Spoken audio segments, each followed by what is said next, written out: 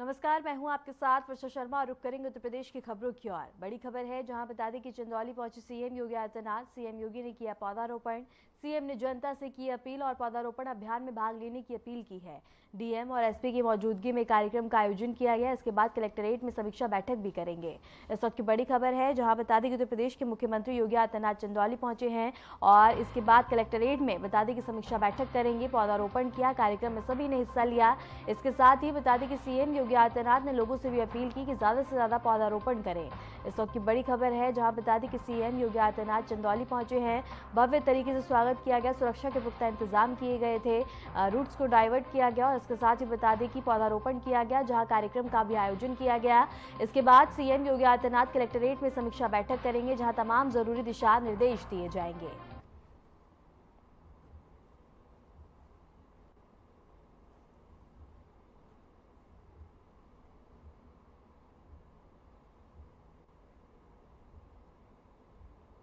CM Yogi Adityanath Chandauli पहुंचे हैं जहां बता दें कि सीएम योगी आदित्यनाथ इसके बाद बैठक करेंगे और इसके साथ ही बैठक में तमाम जरूरी दिशा निर्देश भी देंगे।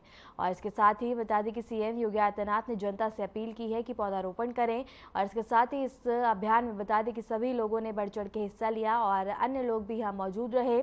इसके साथ ही बता दें कि सीएम योगी आदित्यनाथ चंदौली पहुंचे हैं और सुरक्षा के पुख्ता इंतजाम किए गए और बता दें कि सीएम योगी आदित्यनाथ बैठक की अध्यक्षता करेंगे और तमाम जरूरी दिशा निर्देश भी देंगे।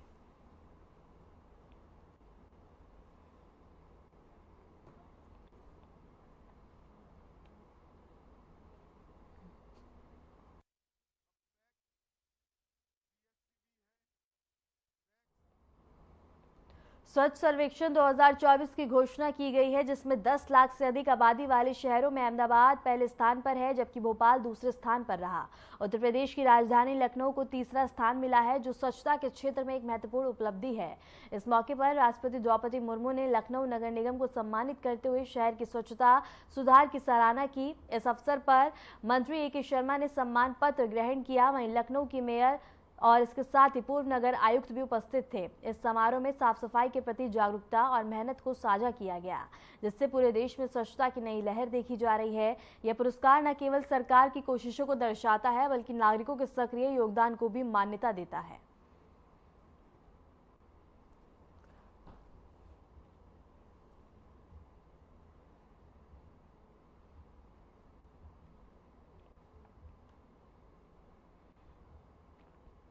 उत्तर प्रदेश के लिए स्वच्छता के क्षेत्र में गर्व का क्षण तब आया जब नोएडा और लखनऊ को स्वच्छ सर्वेक्षण 2024 में बेहतरीन प्रदर्शन के लिए सम्मानित किया गया। दिल्ली में आयोजित स्वच्छ सर्वेक्षण पुरस्कार समारोह में राष्ट्रपति द्रौपदी मुर्मू ने पुरस्कार प्रदान किया। इस अवसर पर देश भर के नगर निकायों और नगर पालिकाओं को उनकी स्वच्छता उपलब्धियों के आधार पर सम्मानित किया गया।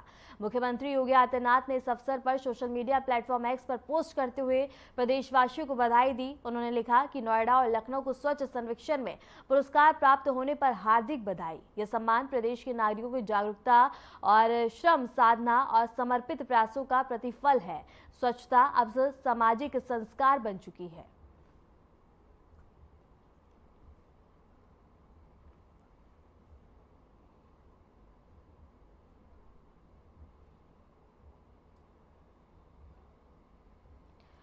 बड़ी खबर है जहां बता दें कि अयोध्या सावन झूला मेले को लेकर परंपरागत कार्यक्रम का आयोजन राम मंदिर परिसर में होगा। कार्यक्रम का आयोजन महोत्सव का बता दें कि 29 जुलाई से होगा आगाज। रामलला झूला पर होंगे सवार और इसके साथ ही कजरी भजन रामलला को सुनाया जाएगा। और बता दें कि राजा राम लेंगे झूले का आनंद, श्रद्धालु के लिए खुलेगा रामलला का खजाना। तीर्थ क्षेत्रपुरम में बता दें कि श्रद्धालु के रुकने की व्यवस्था की गई है। इस वक्त की बड़ी खबर है जहां बता दें कि अयोध्या सावन झूला मेले को लेकर परंपरागत कार्यक्रमों का आयोजन किया जाएगा। राम मंदिर परिसर में इस कार्यक्रम का आयोजन होगा। महोत्सव का 29 जुलाई से आगाज होगा जहां बता दें कि झूले पर होंगे सवार और इसके साथ ही बता दें कि कजरी भजन रामलला को सुनाया जाएगा। इस वक्त की बड़ी खबर है जहां बता दें कि अयोध्या सावन झूला मेले को लेकर कार्यक्रमों का आयोजन किया जाएगा। राम मंदिर परिसर में होगा कार्यक्रमों का आयोजन और इसके साथ ही राजा राम लेंगे झूले का आनंद।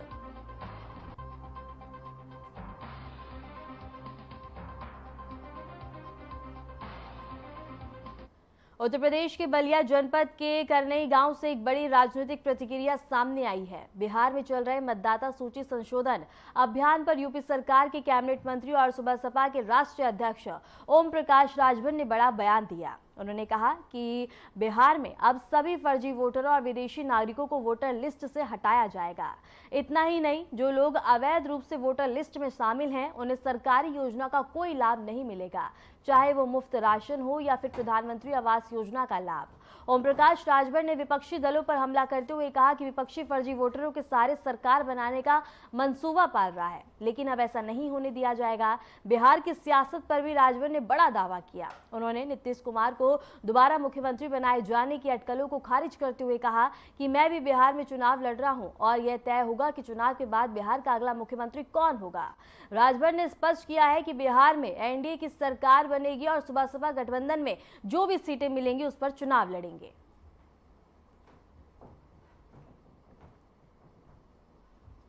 चुनाव में जब चुनाव की सूचना जारी होने के पहले चुनाव आयोग मतदाता सूची में जो मृतक हैं उनका नाम निकालने का, जो 18 साल की उम्र पूरा कर लिए हैं उनका नाम दर्ज करने का, और जो लोग प्रदेश छोड़ करके दूसरे प्रदेश में जाके बस गए हैं ऐसे लोगों का नाम निकालने का काम चुनाव आयोग करता है।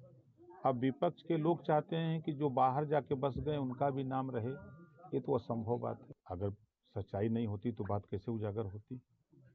अब बंगाल में ही लीजिए, जो बांग्लादेशी आकर के वहाँ हैं, तो जांच हो रही है, जांच में जो पाए जा रहे हैं तो उस बात को जनता के बीच में लाया जा रहा है। अब उसको विपक्ष को नहीं पच रहा है, विपक्ष उसी वोट के दम पे सरकार बनाने की बात करता है।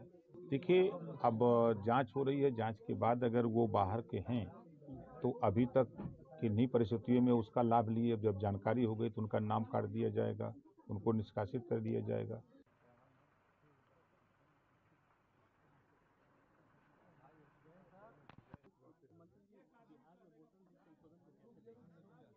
देखिए, सत्यता साबित होती है पीएम रिपोर्ट।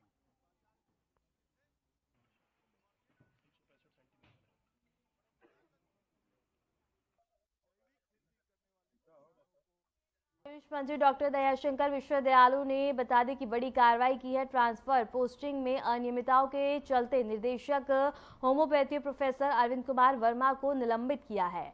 मंत्री की शिकायत पर पहले ही तबादले किए गए थे निश्चित, और जांच में सामने आई है और भी गंभीर गड़बड़ियां।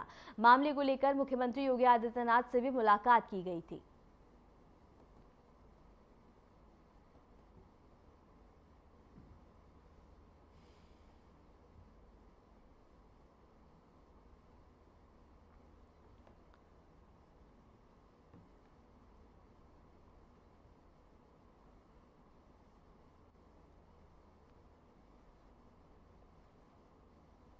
उत्तर प्रदेश के होम्योपैथी विभाग में बड़ा प्रशासनिक एक्शन सामने आया है। विभाग के निदेशक प्रोफेसर अरविंद कुमार वर्मा को सस्पेंड कर दिया गया। प्रमुख सचिव आयुष और इसके साथ ही रंजन कुमार ने इस संबंध में आदेश जारी किया है। दरअसल ये कार्रवाई तब की गई जब ट्रांसफर सत्र के दौरान विभाग में तबादला प्रक्रिया शून्य घोषित कर दी गई थी, लेकिन इसके बावजूद कई तबादलों को अंजाम दिया गया। इस अनियमितता पर संज्ञान लेते हुए शासन ने निदेशक के खिलाफ सख्त कदम उठाते हुए उन्हें तत्काल प्रभाव से निलंबित कर दिया। बताया जा रहा है कि जांच के बाद और भी अधिकारियों पर कार्रवाई हो सकती है। यह मामला होम्योपैथिक विभाग की कार्यशैली और पारदर्शिता को लेकर कई सवाल खड़े करते हुए नजर आ रहा है।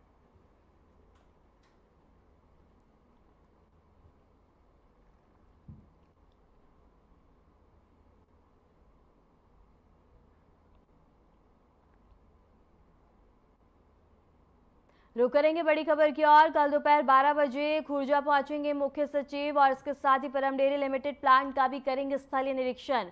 भूमि विवादों को लेकर करेंगे समीक्षा बैठक। डीएम, एसएसपी, वीसी और एसपी देहात ने व्यवस्थाओं का जायजा लिया है। परमनगर जीटी रोड स्थित प्लांट का मामला है। इस वक्त की बड़ी खबर है, जहां बुलंदशहर के खुर्जा में कल दोपहर 12 बजे मुख्य सचिव मनोज कुमार सिंह पहुंचेंगे। इसके साथ ही परम डेयरी लिमिटेड का स्थलीय निरीक्षण करेंगे और भूमि से जुड़ी कठिनाइयों पर समीक्षा बैठक भी करेंगे। वहीं इससे पहले डीएम, एसएसपी समेत जिले के अधिकारी व्यवस्थाओं का जायजा ले चुके हैं। परमनगर सिटी रोड स्थित प्लांट को लेकर चल रहे मामलों पर उच्च स्तरीय मंथन की उम्मीद भी जताई जा रही है।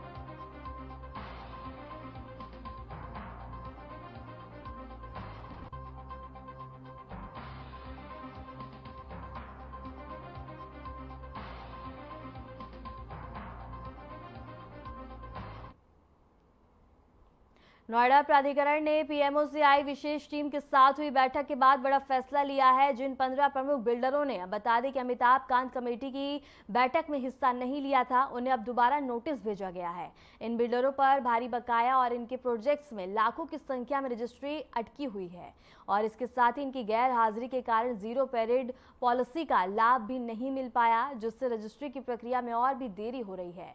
अमिताभ कांत कमेटी द्वारा बनाई गई समाधान प्रक्रिया का मकसद था कि बकायेदार बिल्डर्स जीरो पीरियड्स नीति के तहत बकाया क्लियर कर रजिस्ट्री शुरू कर सके। अगर ये बिल्डर प्रस्तावित नीति का लाभ लेते हैं और बकाया जमा करते हैं तो लंबे समय से अपने घर का इंतजार कर रहे हजारों फ्लैट खरीदारों को राहत मिल सकती है।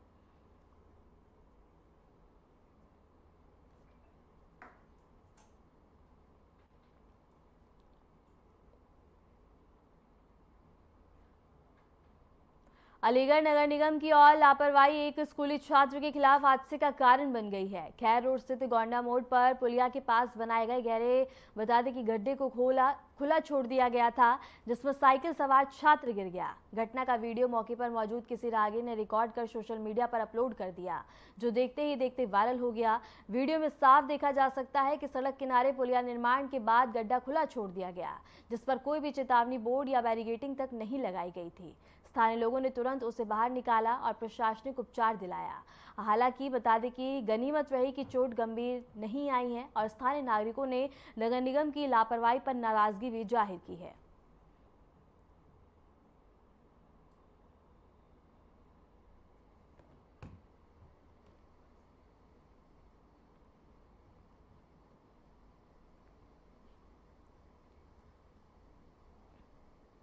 बलिया के नगरा इलाके में बीती रात पुलिस और बदमाश के बीच मुठभेड़ हुई। पुलिस टीम ने रकुआ नरसिरपुर मोड़ पर चेकिंग के दौरान एक संगीत को रोकने की कोशिश की, लेकिन उसने पुलिस पर फायरिंग कर दी। पुलिस की जवाबी कार्रवाई में बदमाश के पैर में गोली लगी, जिसके बाद उसे मौके पर ही पकड़ लिया गया। घायल अपराधी को जिला अस्पताल में भर्ती करवाया गया। आरोपी चोरी और लूट के कई मामलों में वंचित था और उस पर 25,000 का इनाम भी घोषित था।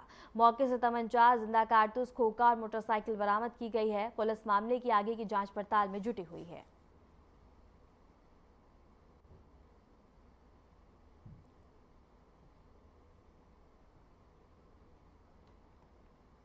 फिलहाल रुकते एक छोटे से ब्रेक के लिए, बने रहे हमारे साथ।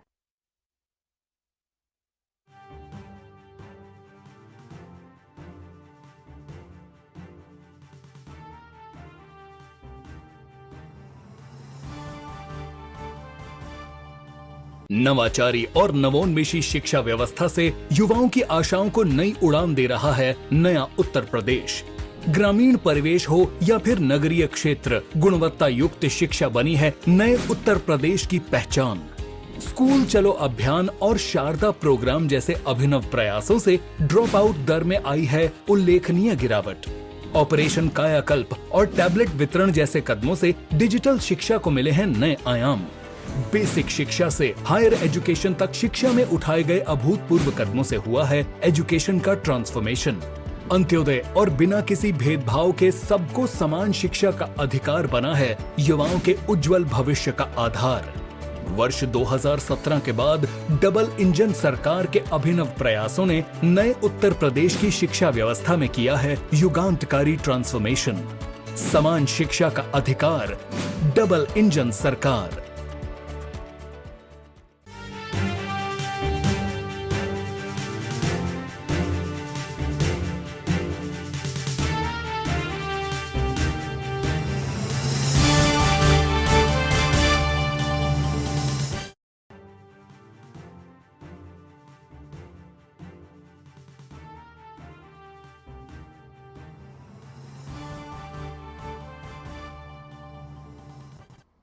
ब्रेक के बाद स्वागत है। खबरों में आगे बढ़ते हैं। सोनभद्र पुलिस का नशे के खिलाफ अभियान लगातार जारी है।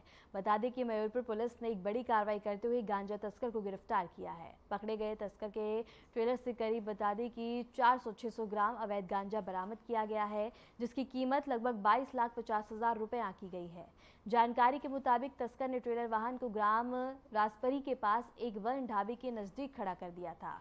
मुखबिर की सूचना पर थाना प्रभारी कमलनयन दुबे ने टीम के साथ मौके पर छापेमारी की और गाड़ी की तलाशी के दौरान ट्रेलर के नीचे बने गुप्त बॉक्स से भारी मात्रा में गांजा बरामद किया। एएसपी ने मामले का खुलासा करते हुए बताया कि तस्कर उड़ीसा से गांजा लाकर प्रतापगढ़, इलाहाबाद, आजमगढ़ और जौनपुर जैसे जिलों में सप्लाई किया करते थे। गिरफ्तार आरोपी के खिलाफ एनडीपीसी एक्ट के तहत मुकदमा दर्ज कर आगे की कार्रवाई की जा रही है।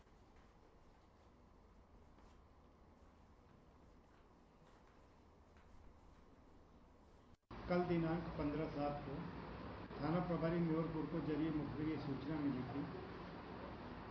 बभनी मुर्दवा मार्ग पर रसपहली गांव में बंद पड़े केरल ढाबे पर एक ट्रेलर खड़ा हुआ है जिसमें गांजा लदा हुआ है। जैसे म्योरपुर ने जब मौके पर पहुंच करके तलाशी ली तो उस ट्रेलर के तल में बने हुए बॉक्स से लगभग 92 केजी गांजा बरामद हुआ है। उस ट्रेलर के चालक ड्राइवर को गिरफ्तार किया गया है। पूछताछ से 2 अन्य व्यक्तियों के नाम प्रकाश में आए हैं। मुकदमा पंजीकृत किया गया है।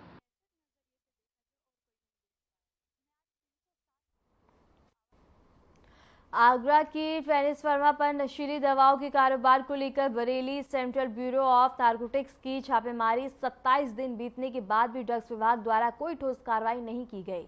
सीबीआई ने बड़ी मात्रा में नशीली दवाएं और सिरप, कैप्सूल और इंजेक्शन जब्त किए थे। गौरव अग्रवाल नामक कर्मचारी को गिरफ्तार कर जेल भेजा गया, जबकि बता दें कि माली गोविंद अग्रवाल फरार है। सूत्रों के अनुसार ये नशीली दवाएं पंजाब, हरियाणा और यहां तक कि बांग्लादेश तक भेजी जाती थी। इनके बावजूद ड्रग्स विभाग ने ना तो नोटिस जारी किया, ना ही बता दें कि लाइसेंस रद्द किया है। सीबीआई द्वारा दुकान पर नोटिस चस्पा किए जाने के बावजूद ड्रग विभाग की निष्पक्षता पर सवाल खड़े होते हुए नजर आ रहे हैं।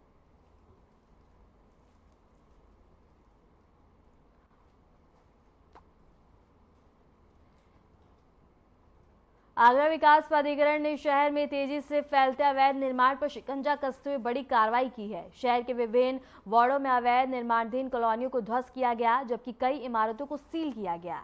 एडीए की टीम ने शाहगंज क्षेत्र में 2 बड़ी अवैध निर्माणाधीन कॉलोनियों को गिरा दिया। इनमें से एक कॉलोनी भरत सिंह और वीरेंद्र सिंह द्वारा लगभग बता दें कि 10,000 वर्ग मीटर क्षेत्र में विकसित की जा रही थी, जबकि दूसरी कॉलोनी लखन सिंह और महेंद्र सिंह द्वारा करीब 9,000 वर्ग मीटर भूमि पर बनाई जा रही थी। दोनों ही कॉलोनियां बिना किसी वैध अनुमति और नक्शा पास कराए विकसित की जा रही थी। प्राधिकरण की टीम ने इस अवैध कॉलोनियों की सड़कों और बाउंड्री वॉल को भी ध्वस्त कर दिया है। इसके अलावा बता दें कि छत्ता बोर्ड भी बिना नक्शा पास कराए 400 मीटर से अधिक क्षेत्र में हो रहे निर्माण को सील किया गया है।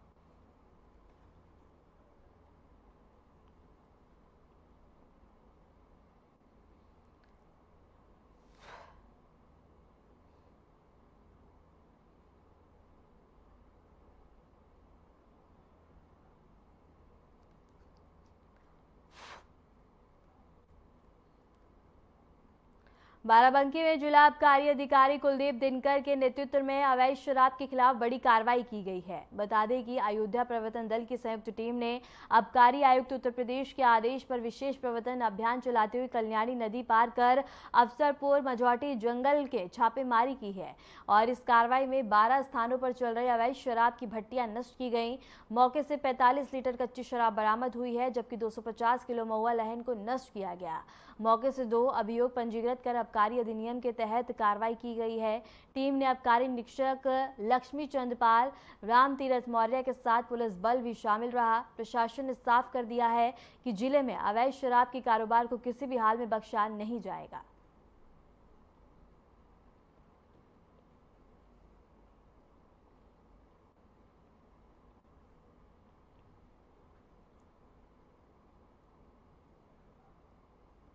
कानपुर देहात में पुलिस और लुटेरों के बीच मुठभेड़ में एक शातिर बदमाश को गोली लगने के बाद उसे गिरफ्तार कर लिया गया, जबकि दूसरा बदमाश बारिश का फायदा उठाकर फरार हो गया। मुठभेड़ के दौरान देवीपुर चौकी के सिपाही भानु को भी गोली लगी है, जिन्हें उपचार के लिए सीएचसी में भर्ती कराया गया। गिरफ्तार बदमाश सूरज पर 15 से अधिक संगीन मुकदमे दर्ज हैं और वह बता दें कि वंचित भी था। घटना की सूचना पर एसपी अरविंद मिश्रा और सीओ संजय कुमार सिंह ने अस्पताल पहुंचकर घायल सिपाही का हालचाल भी जाना।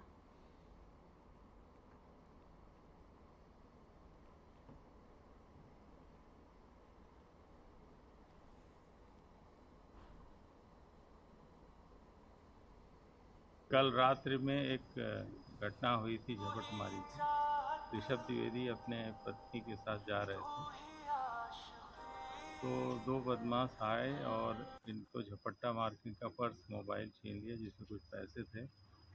वादी ने अभियुक्त को पहचान लिया था। हमारी चेकिंग चल रही थी। चेकिंग के दौरान मोटरसाइकिल से दो बदमाश आए जिन्होंने पुलिस के ऊपर फायर किया और हमारे एक जवान को भी गोली लगी है और मुठभेड़ में न्यूनतम बल का प्रयोग करते हुए आत्म सुरक्षार्थ जो बदमाश है, एक जिसका नाम सूरज बताया गया है, उसके पैर में गोली लगी है।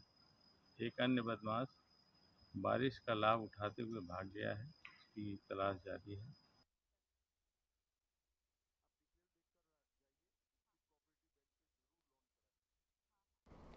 आगरा के थाना शाहगंज क्षेत्र के खैरिया मोड़ सब्जी मंडी में नगर निगम कर्मचारियों की गुंडागर्दी का मामला सामने आया है। जानकारी के अनुसार नगर निगम के इंस्पेक्टर गौतम मिठाई की दुकान पर प्लास्टिक गिलासों को लेकर चालान काटने पहुंचे थे। इस दौरान दुकानदार से मामूली कहासुनी हुई, लेकिन बात इतनी बढ़ गई कि इंस्पेक्टर और अन्य नगर निगम कर्मचारियों ने दुकान में तोड़फोड़ शुरू कर दी। इतना ही नहीं, बुलडोजर चलाकर दुकान का काउंटर और शटर भी तोड़ा गया।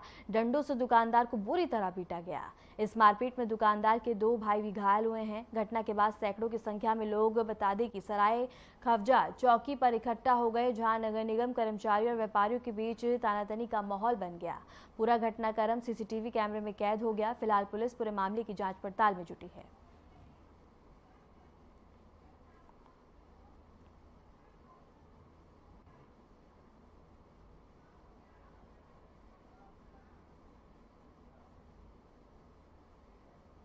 फिलहाल के लिए खबरों में इतना ही और ऐसे देश और दुनिया की तमाम खबरों को जानने के लिए बने रहे हमारे साथ।